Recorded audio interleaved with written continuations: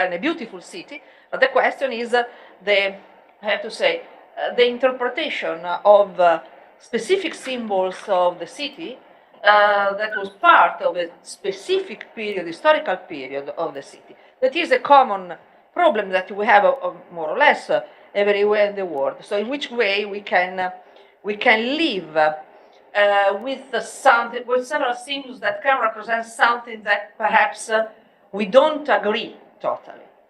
A few days ago I was in Bulgaria, and the problem more or less is the same, even if we are in another country and with perhaps a different background.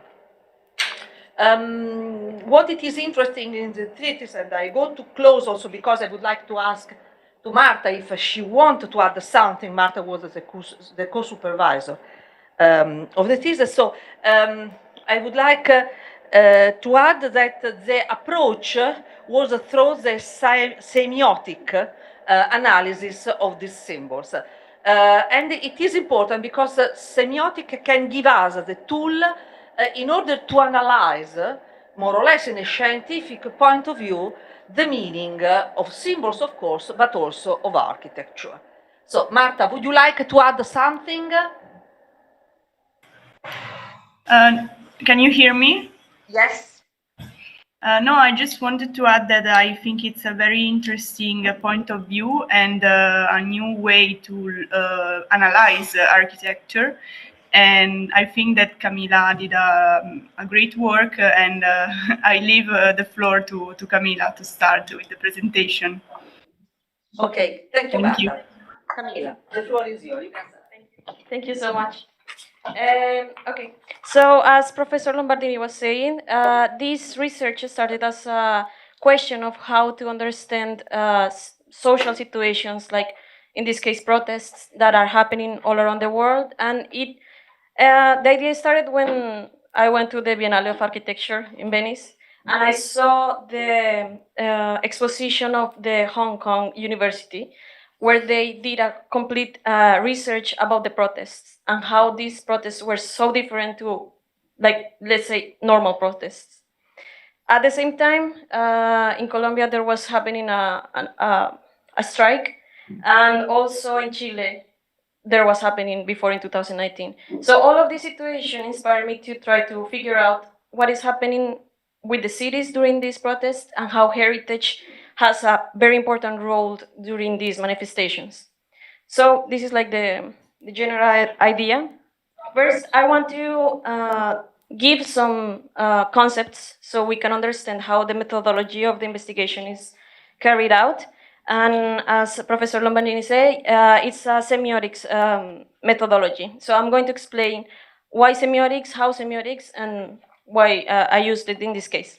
So first of all, I want to start saying that heritage, as we understand it, is part of a cultural landscape. The cultural landscape of a city is a group of meanings and symbols that create the identity of the people who are living in these cities. So heritage by itself is very meaningful. It has a lot of symbols and a lot of representations for the people who inhabit these cities, no? So how we can interpret heritage? Heritage is from the past. It represents a past, but also a present, because the way that we conserve heritage talks about the society that is living in this city in the present, and talks about the future, how we are going to leave some legacy in these cities, no? And some symbols that represent the legacy that we want to leave as a society. So for this heritage and cultural landscape, that are the concepts that I'm going to talk about throughout the research, I decided to understand them as semiotics. What is semiotics? Semiotics is a concept that is very well used in marketing and languages, because it's the way that we read things. It's very like a new concept that we are using in architecture right now. And it's the concept of reading architecture. How we can read architecture and understand the symbology of everything. Heritage, contemporary architecture, urbanism. So what is reading a space? Reading a space is trying to interpret the symbols and the signs that are in a city to try to understand how this cultural landscape is set up. what happens here? In the case of the social outbreaks and the manifestations, we have certain symbols in the cities, in every city all around the world, that are a bit controversial. That maybe the history of these symbols come from a past of war or colonization in this case, or a lot of other kind of situations. So what to do with these symbols? How to manage symbols that are in the public space that is for everyone, and everyone should be represented by the symbols that are in the public space. What to do with these controversial symbols? So for this investigation, I decided to take 3 case studies that were very meaningful during the protests of 2021 in Colombia, and are very different, but they tell a lot about how heritage can be interpreted in these cases, and how we can maybe have a new approach of how to interpret this heritage. So the methodology that I'm going to explain here is based on 3 lines of research. So it's the topographic semiotics, the aesthetic semiotics, and the socio-semiotics. So it's 3 different ways of reading the architecture by the same, let's say, configuration of reading it, no, with the symbols. So we can start maybe talking about the case study, so I can explain to you how the semiotics is used in this research. So we are talking about the city of Bogota, it's the capital of Colombia. The 3 case studies are in the city of Bogota. These case studies were particularly important for the protests of 2021 because were the centers of the protests. Here I have the plan of Bogota, and we can see that one of the case studies is in the historical center, another one is in the periphery, and another one in the north part of the city. So the location of these monuments, I'm going to refer to all of them as monuments. It's very important to understand why they were used for the protests in 2021. So here we can see, normally, and I think globally, protests are carried out in the city center, where the powers are represented, the main square of the city, and where, let's say, the city provides the space for these manifestations, no? In this case, in this protest, everything changed. There was not manifestations in the usual spaces where manifestations are being used, but in different ones. It was scattered. We have to consider that 2021 was right after the pandemic. So even the urban situation in most of the cities changed because of the pandemic, of course.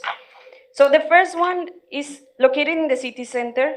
I'm going to tell you how it happened because it's a very different situation of the normal ones. The second one is the north part of the city. This one was very unusual because in the north part of the city, there are never manifestations, but the location of this monument is very singular, and I will explain why I think, in my theory and reading the architecture and the events that happened, this was one of the monuments selected for the manifestations. And the other one is in the periphery. The periphery is in Bogota. Bogota is a huge city. It grew really fast because of the war in the country. And the periphery is usually very contemporary, let's say. It's very new. All the constructions are programmed, like very designed. So it usually doesn't have the same dynamics as a city center, no? The city center is more dynamic, it has more symbols, more spaces. The periphery is more residential. So it's very different from what we can have in these case studies. So I'm going to start with the first one, that is the one that is located in the north part of the city. This monument is called Los Héroes. So I'm going to start with the topographic semiotics. So how to read the semiotics of this monument by its location. So topographic semiotics is understanding the role of this object in the city and how it can be interpreted. Because the location that any object has in the city has a meaning too. It's not by chance, it's not something that just appeared there, and it has a history. So the location of this monument is very particular and very important to understand why the manifestations happen here.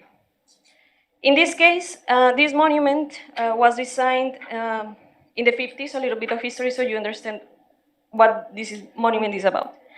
It was designed in the 50s by an Italian architect, Angelo Mazzoni. He came to Colombia after the Second World War and was working as the monument director of the city. And he designed this monument as a memorial for the Korean War, because Colombia participated in the Korean War. The thing is that while this monument was being built, there was a coup and dictatorship happening also in the country. So the project stopped completely. It was half done. And during the dictatorship, military dictatorship, the monument was finished and changed completely the meaning. So now it's a monument of the wars of liberation that led the independence of Colombia from Spain. So a completely different idea, from the Korean War to independence, completely different. And the design changed too. Mazzoni did a design of a 54 meters high of a tower and a huge square that at the end was not constructed. The building that it was there was only 5 stories tall, and the square was very little. So that by itself says a lot about this monument. Now the location. We get something inside or not? Yes, it was a building with a staircase. It was thought to be a museum for the military. Yes, it was a building that it's a complex. So it's a building, and in front of the building there is a monument to Simón Bolívar, that is the liberator of the Latin American countries, almost all. So going back to the location of the monument. This monument is located in the north part of the city, as I said before. The way that Bogota grows is that, let's say, the wealthiest inhabitants of the city moved to the north when the war happened. So we can say that the richest part of the city is located in the north part of the city. This monument works almost as a frontier from the city center and the wealthiest part of the city. So almost when you see this monument and you cross this line, you know that you are entering the north part of the city. You can see here that it bifurcates, no, to 2 sides. This side goes to the periphery. As I was telling you before, the periphery is more residential, middle class. So it's very different to go to the north or to the periphery. So this monument became a symbol of this limit. You know when you see the monument, where are you going through the city? Or if you're going to the city center or the north part of the city. This is important, why? Because the manifestations that happened here, like Protestants realized that having a protest in the city center was no longer meaningful. No one was listening to them. So they decided to move the protests in the frontier, in the entrance of the wealthiest part of the people, so they can be heard. So the location is very meaningful in that way. Now we are going to talk where other people, the people who has the power, can listen to us. This is reading the location of the monument.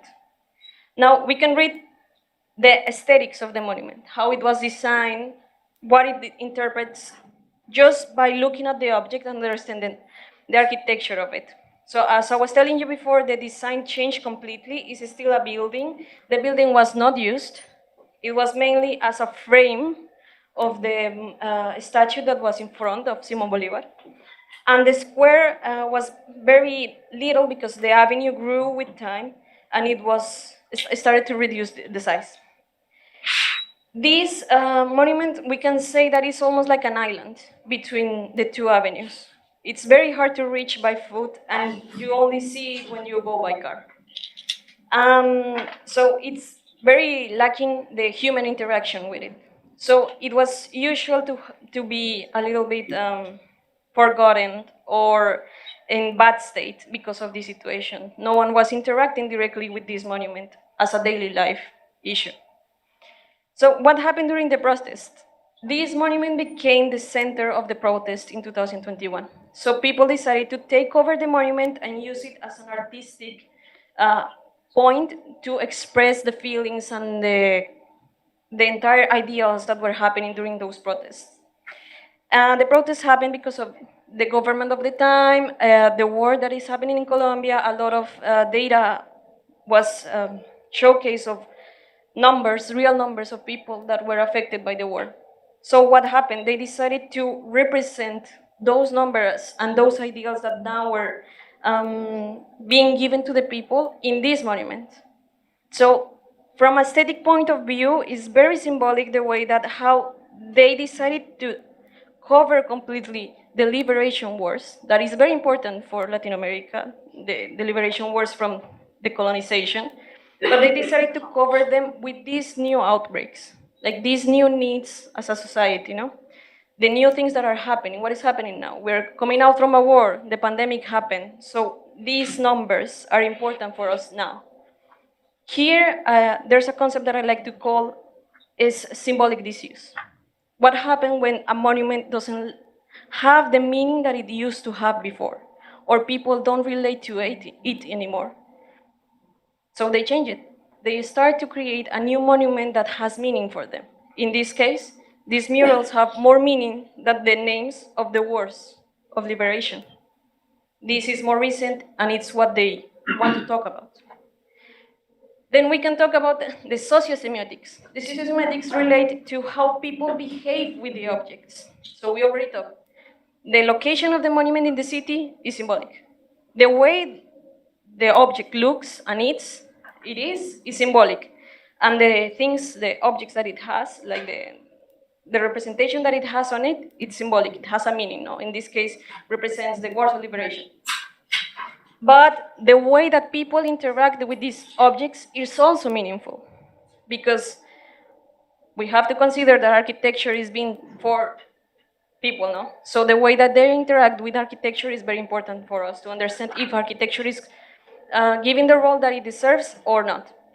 In this case, the social semiotics of this monument is exactly that people decided to take over this monument in particular. Not other monument from other part of the city. This one. Why? Because it was the frontier from the city center and the northern part of the city. So all of these things relate on why this monument was chosen to be the representation that it was during the protests. What happened? The monument was completely taken over. It was completely changed artistically. It was very controversial, of course, because some people don't agree with this. Others do agree with this. Then the government decided to completely demolish the monument. That was a complete change on how to understand heritage also in the city. Why? This monument was protected by the law, but they decided to demolish it after it was intervened. It was not only like a stroke to the manifestations that happened and decided to take over the monument, but also to the normal people who use this monument as a symbol, as a iconic part of the city to represent the limit of the changes of the city. So now there's a void. There's part of the cultural landscape and the identity of the people who see this monument every day that is no longer there. What to do in these situations, no? Now let's talk about the second case study. Very fast. Yes. The second case study is in the historical center. It's a square. It has a sculpture in the middle of the square. The square is about a colonizer. This is important also, as I told before. The meaning of the monument from the past, in the present, and in the future has a signification. There's a sculpture of a colonizer in the city center of Colombia. Why? This is a discussion that happened for a long time ago. And during the protest, what happened is that an indigenous community decided to take down the statue of the colonizer. Very controversial as well. Because what to do with these images that are already settled in the city and already have an identity with the other citizens? Well, for the indigenous community, it means a remembrance of a past of violence, no? So what to do? Now, the location, as I told you, in the city center, the aesthetic semiotics of the square is a very recent square. It was designed in the 70s, and the sculpture was not always there. It was all around the city center, and the final place where it was located was here, and where it was teared down by the indigenous community.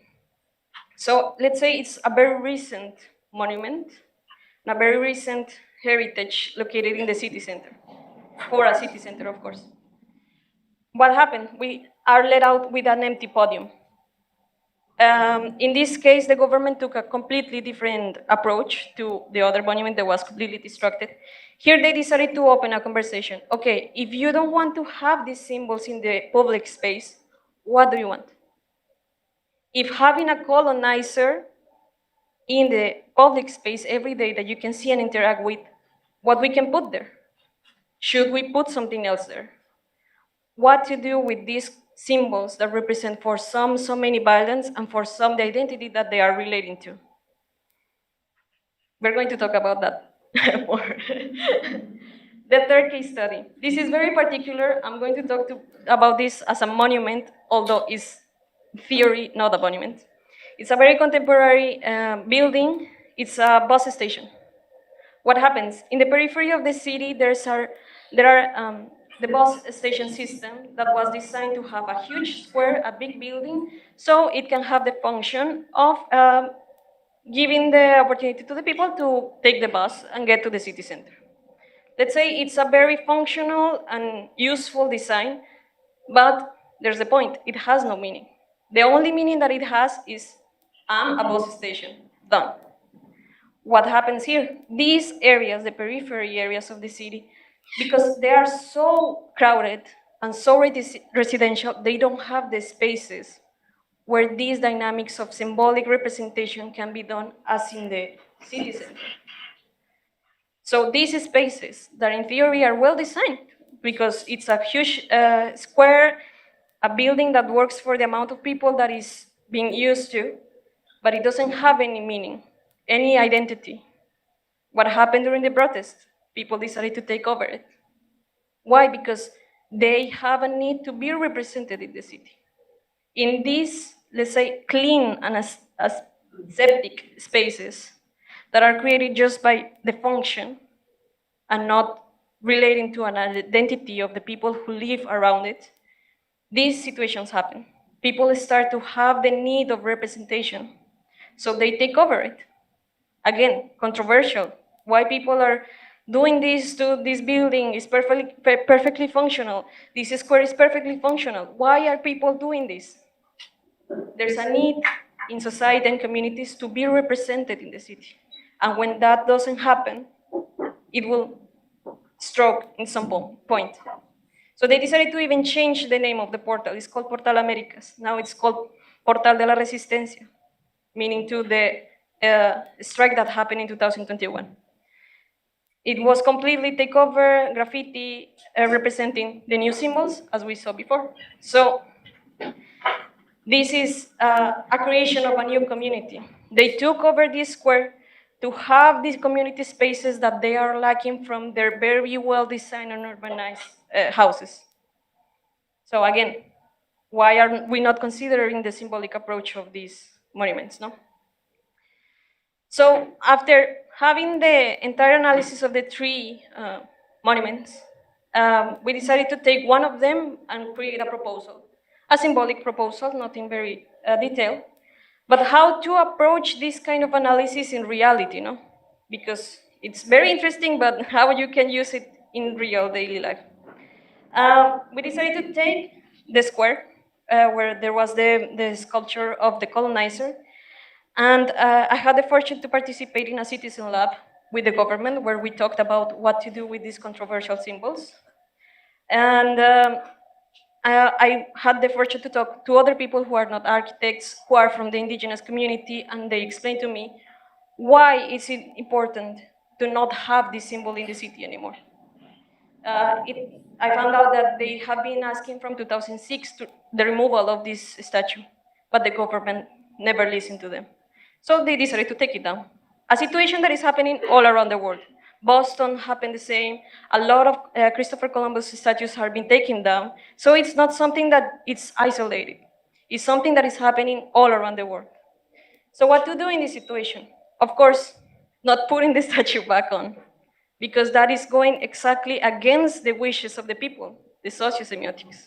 The actions that the people do with the objects has a meaning. They do it for a reason. It's not just because they want to do it. Of course, not putting the statue back is the principal way. But what to do then?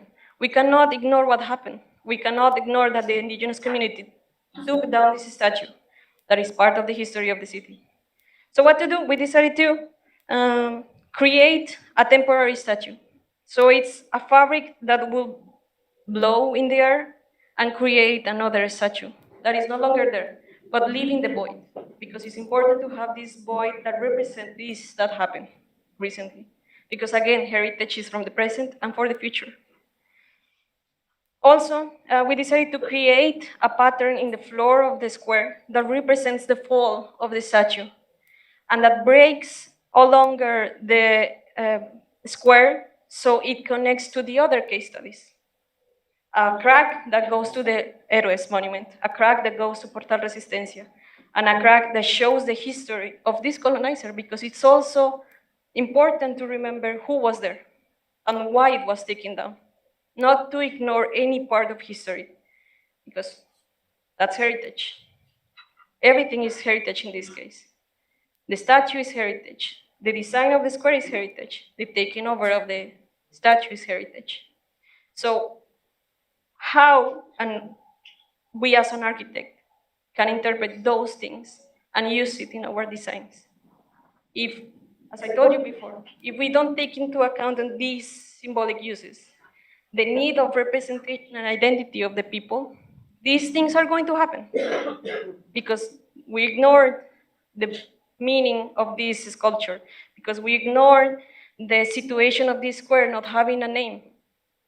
These symbolic things that we just go through because we say the design is good, it works, it's functional, but the meaning and the people who is going to live in there all the time, are they being represented in this architecture? Are they being represented in this public space? If they are not, these situations are going to keep happening. And we see it all over the world. All the protests, Iran, the Stop Oil, they are using heritage as a political tool. They are using heritage to say, look, this is what we don't want. Why this heritage? What to do with this heritage? What is this next step after these situations happen? That's it.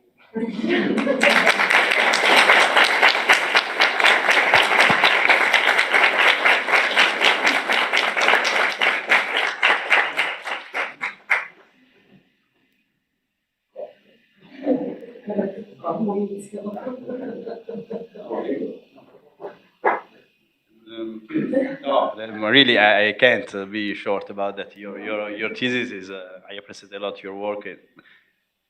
Your passion also, but the main topic, no, the point of departure of that is very interesting. Yes, related to the contemporaneity of the political problems, but about the importance of the question as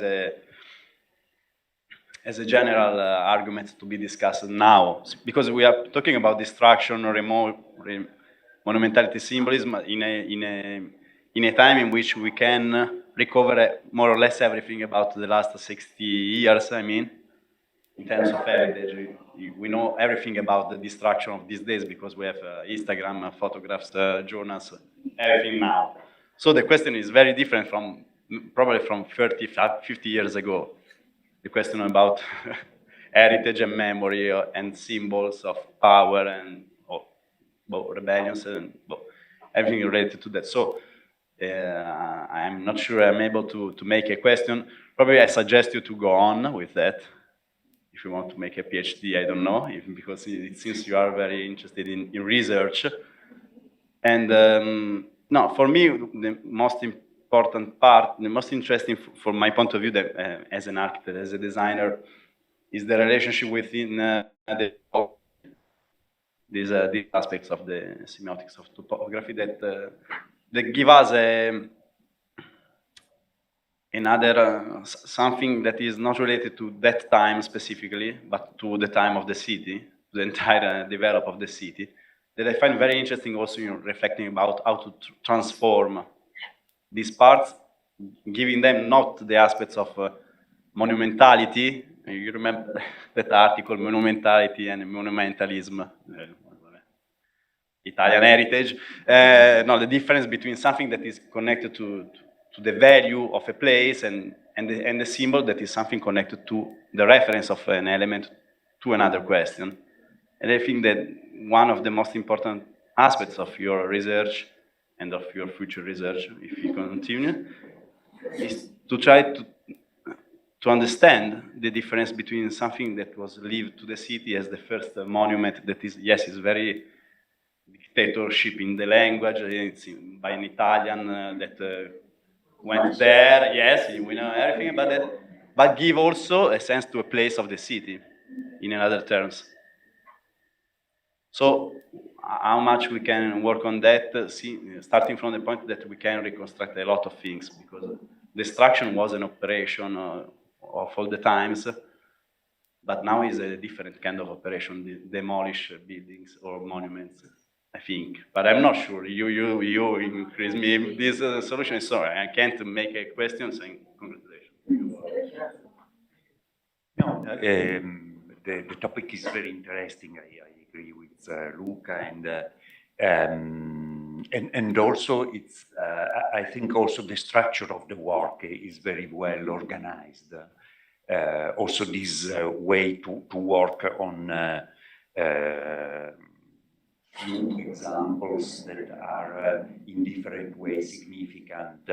I think it's very, very interesting, and also probably in a way it's I think for international students a way to reuse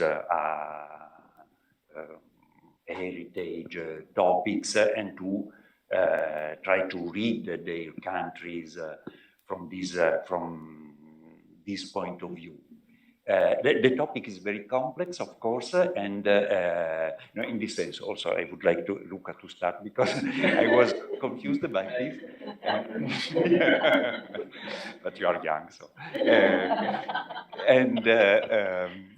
No, and I think also, I don't know, probably I think this kind of methodological approach probably it's something to I agree to work on, because probably Nora introduced me a bit about also a kind of Italian literature about this kind of topic, and that also has a relationship with architecture, art history, and also, I don't know, probably now something similar happens in the heritage, in the UNESCO idea of material and immaterial heritage, because here what is very difficult, when you touch the monument topic, you are always touching these two levels. Something is materials, but something is, like in this case, is not material. So I think also this kind of methodological part is very interesting and something to work on. Me too, I don't have really a question. No, probably what I would think also is in some way to reflect also more on the what a bit for me, especially in the first case, I was a bit. Sometimes you lack is the scale of the elements. No. Yeah, probably something that could be improved is in this sense the scale of the elements in relationship of the space, of the city, that maybe could also be. Sorry, if I can add only 2 words. I agree totally about this, because the aim of this in the future, of course, because it is not easy, to make a master thesis on this, is again to use the architecture in order to remember the history. So in this case, for instance, we have the base remained, we have these elements, and underground we have a park for cars. So this is more or less the question. Now, in which way, it is only a suggestion, but in which way can we use also the architecture in order to, from this point of view, of course, the scale is fundamental, because if I have to improve something like an architecture, I have to know from which kind of element I am starting and which is the dimension of the element. In this moment, it is a lot emphasized the symbolic value of the element instead the dimension of the element. But what it is interesting, according to me, and can be a suggestion. It's also this. What is this? Please explain again. Yeah, the fabric that is attached to the base, and that will this base has yeah, it has the air from the parking lot in the base of this one. So the idea is to have this fabric that will elevate when the wind passes through. So we have like a temporary sculpture that is not existing. Without forgetting That it was, there's a parking lot. Exactly. So of course, it is an archaeological approach from one side. Yes. But I think as a suggestion, in order to understand what is possible to do in the future. Thank you. Thank you.